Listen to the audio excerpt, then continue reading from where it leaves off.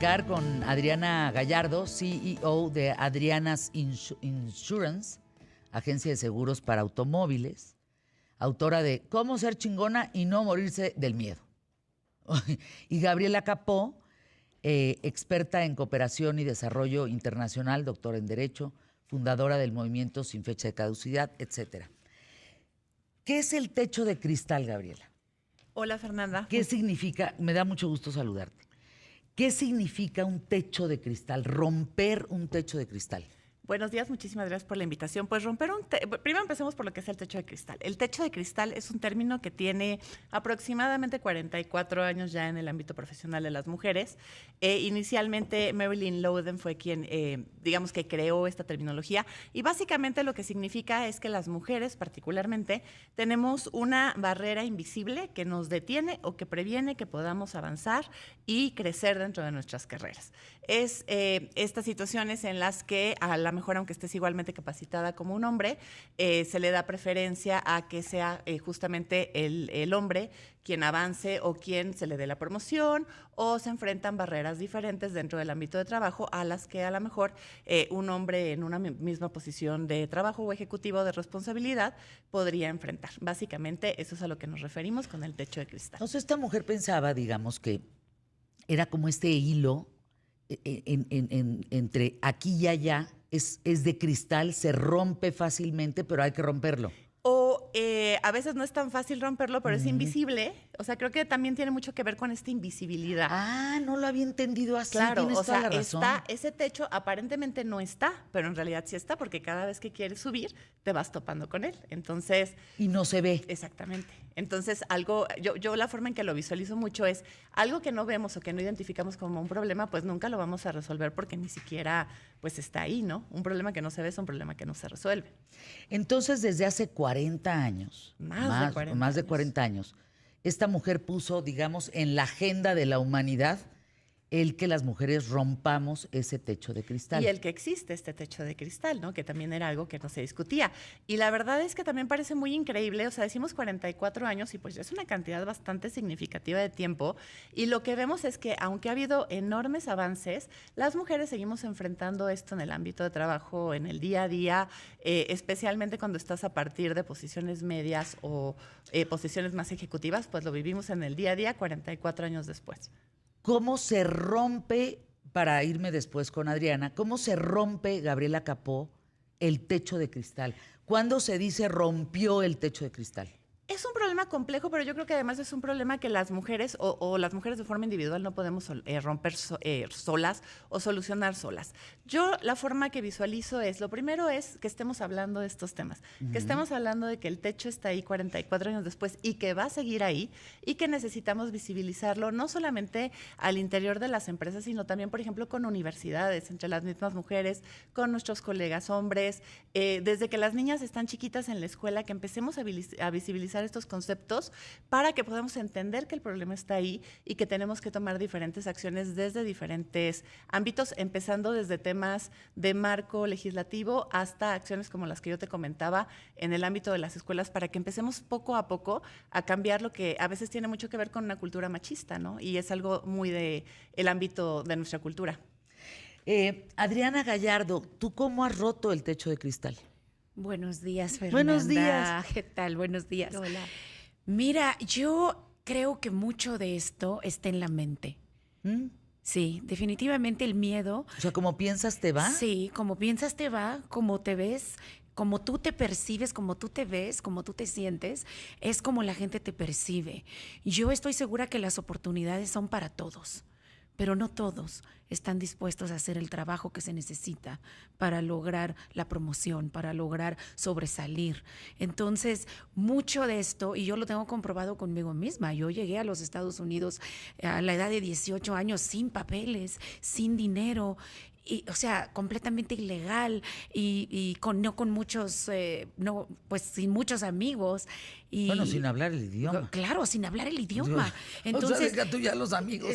Bueno, pero es que con los amigos no, dices, bueno, sí que tengo conexiones, alguien me ayuda, pero en realidad era yo ahí, claro, con mi familia y todo, pero a mí mi mamá desde muy chica me inculcó que nadie era mejor que yo y que yo no era mejor que nadie y que yo podía lograr todo lo que me propusiera. Entonces, claro que a esa edad y con todas las cosas que vemos y que pasan y que en realidad ese techo de cristal existe, pero también yo no estoy muy de acuerdo en vamos a visualizarlo sino, ¿sabes qué? Para mí no existe. ¿Y yo cómo lo voy a hacer? Enfrentando el miedo. Trabajando. Enfrentando el miedo, trabajando duro, dando más de lo que se espera, creyendo en mí. Esta es una cuestión de valía, Pero, a sobre ver, ¿cómo? todo. Pero fíjate, en un par de minutos, porque esto ahora va a ser un reto para ti y para Adriana, perdón, para Gabriela, ¿cómo rompes el miedo? ¿Cómo vences el miedo? Parece muy fácil, pero ¿cómo? Pues primero se identifica. Tengo miedo. ¿Miedo de qué? El 90% de las historias que nos cuenta el cerebro no van a pasar. Entonces, en realidad, ¿a qué le tienes miedo? Si le tengo miedo al qué dirán, al me van a rechazar, le tengo miedo al fracaso, le tengo miedo a que se burlen de mí, no sé, ese tipo de miedos son miedos que son historias que nos estamos contando.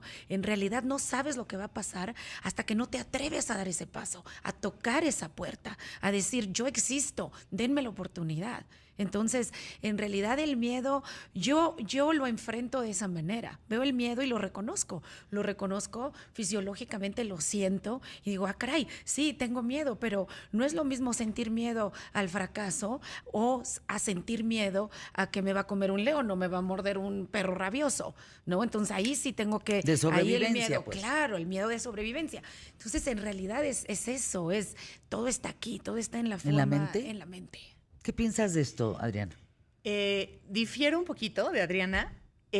Perdón, Gabriela, yo traigo a Gabriela y Adriana al revés. No te preocupes. Perdón. O sea, estoy de acuerdo en que sí, evidentemente tenemos que partir de crear esas condiciones. Y estoy de acuerdo con Adriana en lo que ella comenta de que el 95% de los miedos que nos creamos o que tenemos de pronto, pues están en nuestra mente. Y aparte hay algo importante, que es que nuestro cerebro no distingue si esos miedos son reales o son ficticios, ¿no? Para el cerebro simplemente son miedos. Pero... creo que hay ámbitos donde a lo mejor lo que nos comenta Adriana es más viable. No sé, por ejemplo, si tú eres mujer y quieres lanzarte como emprendedora, a lo mejor este tema de romper estos miedos y lanzarte y tomar la decisión de ir a convertirte en una emprendedora es muy importante. Pero si pensamos, por ejemplo, en mujeres que están en el ámbito profesional, en el ámbito gubernamental, están ellas dentro de una estructura que ya nos dicta muchas de las reglas y donde no es tan fácil, o sea, aunque ellas lleguen a lo mejor con esta actitud muy decidida, rompen sus miedos, trabajan en su autoconfianza, hay estructuras que no necesariamente, a pesar de superar estos factores que son más internos y más de desarrollo personal, la estructura que está allá afuera no necesariamente les va a dar las condiciones para que ellas puedan lograr ese avance dentro de las empresas y de las instituciones. Fíjate, que ya están formadas. Es un buen punto, Sí. porque tú vences ese miedo, pero bolas, te topas luego con pared. Sí, pero también tú tienes que buscar la oportunidad y si no, crearla. Y yo tengo que convertirme en una persona valiosa también. Decir, ok, ¿qué cosas yo he aprendido? ¿Qué otras habilidades he desarrollado? ¿Cómo me voy a dar a notar? Porque es cierto que existe todo eso, pero también existe el cambio que ha vivido el mundo entero, donde necesitamos adaptarnos y no todos los hombres se adaptan. Yo creo que las mujeres nos adaptamos más rápido a los cambios porque estamos viviendo esos cambios día a día. Y entonces es cuestión de hablar. También, o sea, yo sí creo mucho en que hay que tocar esa puerta y a lo mejor esa se me cierra, pero hay opciones. Es interesantísimo el tema porque partimos de la base de cómo puedes, tú mujer que me escuchas, y ustedes hombres que me escuchan alrededor de esas mujeres, cómo podemos romper cada vez más techos de cristal para que entonces esa transparencia que parece que no existe, la rompamos y vayamos avante. Y mira, te doy una cifra que yo creo que nos habla mucho. Yo estoy convencida de que México y, bueno, Latinoamérica están llenos de mujeres decididas, con todas las ganas de crecer, Hay de casos crear en México oportunidades. de mujeres que dices, válgame, claro. no, Y que además quieren crear oportunidades para otras mujeres, ¿no? Pero de nuevo, si nos regresamos al ámbito corporativo, hay cifras bien interesantes. Hay un estudio, por ejemplo, de Deloitte del 2021, o sea, no es muy antiguo, donde nos hablan que solamente 9% de los puestos directivos de empresas en México son ocupados por mujeres. ¿Cuál? ¿9%? 9.7% de los puestos directivos están ocupados por mujeres. Fíjate, ¿no? Estamos hablando dentro de las corporaciones. Adriana, eso es y te la bajísimo, pongo Gaby. todavía peor.